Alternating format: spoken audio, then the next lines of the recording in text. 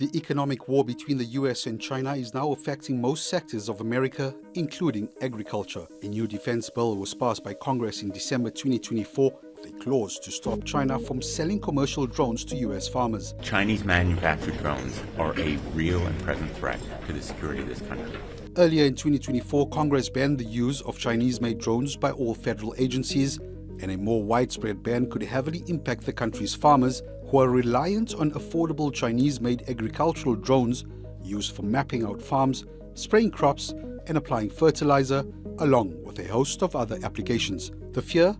Lawmakers say Chinese-made drones could be used for espionage and gathering intel, but not everyone sees it that way. If they're going to start taking away the tools, whether it be drones, chemistry, how we apply fertilizer, if they're going to make a law that affects farming, they better think at the end of the day that they might be crippling our farm economy. Washington and Beijing have long been locked in a fierce economic war, and with US President-elect Donald Trump set to return to the White House, the gloves are coming off.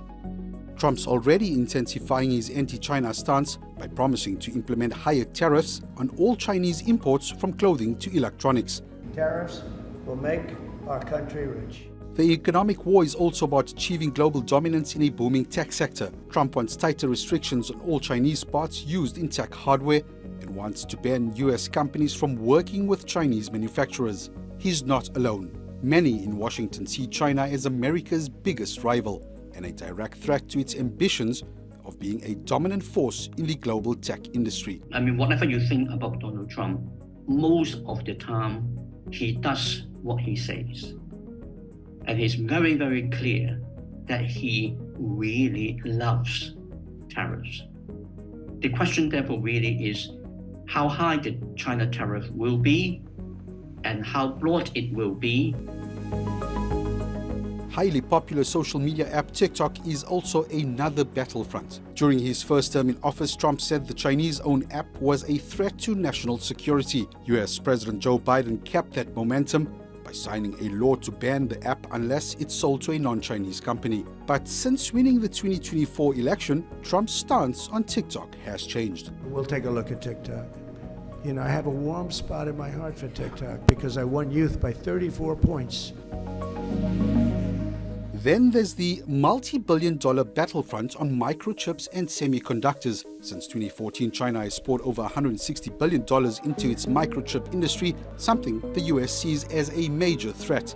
Washington slapped sanctions on Chinese-owned companies in the sector. This means Chinese manufacturers are now essentially cut off from accessing advanced chip-making tools from tech giants in the US. When you make tactics like these, you're not competing. It's not competition, it's cheating. And we've seen damage here in America. Beijing responded by launching its Made in China 2025 initiative, a national strategic policy backed by billions of dollars to further develop the country's entire manufacturing sector. Through the new policy, Beijing has already pledged $47 billion to boost its entire chip industry. This includes the manufacturing of advanced chip-making tools and semiconductors used to make chips.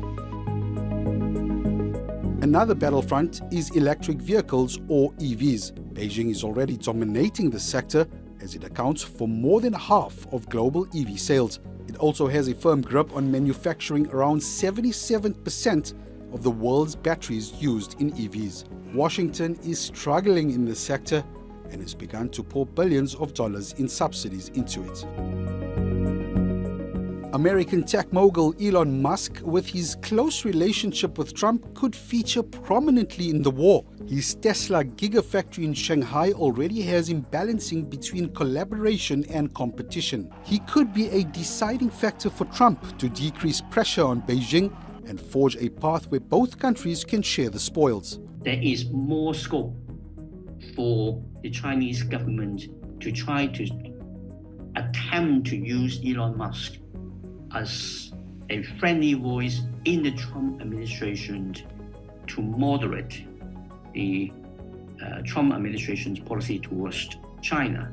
Will we see a harder stance from the US on China, or will Trump eventually soften his stance on Beijing the way he's done with TikTok?